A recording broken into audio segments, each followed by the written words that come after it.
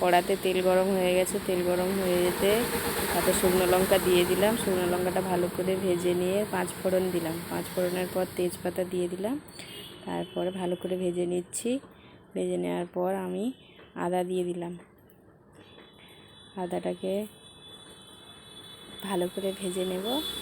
ভেজে নেওয়ার পর তাতে লঙ্কা গুঁড়ো, হলুদ গুঁড়ো দিয়ে ভালো করে কষিয়ে নিলাম। কিছুক্ষণ কষিয়ে নেওয়ার পর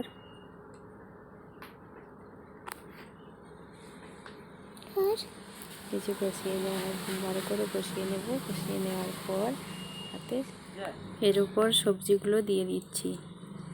কষে রাখা সমস্ত সবজি দিয়ে ভালো করে নেড়ে চেড়ে তরকারিটা মাখিয়ে নেব সব মশলার সঙ্গে।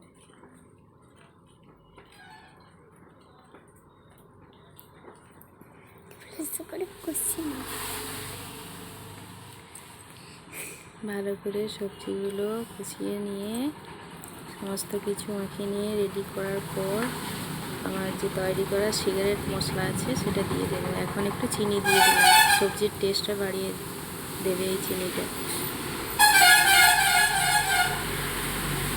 এইটা রেডি হয়ে গেছে। চিনিটাকে ভালো করে মেখে নিয়ে এবার তৈরি করা সিগারেট মশলাটা দিয়ে দিলাম। এটা আমার তৈরি করা নিজস্ব মশলা। দিয়ে মশলাটি দিয়ে ভালো করে মাখিয়ে নেব থালার উপর। এবারে মাখিয়ে সমস্ত মশলাটা মাখিয়ে নিতে রেডি হয়ে গেল। আজকের মতন এই ভিডিওটা শেষ করলাম।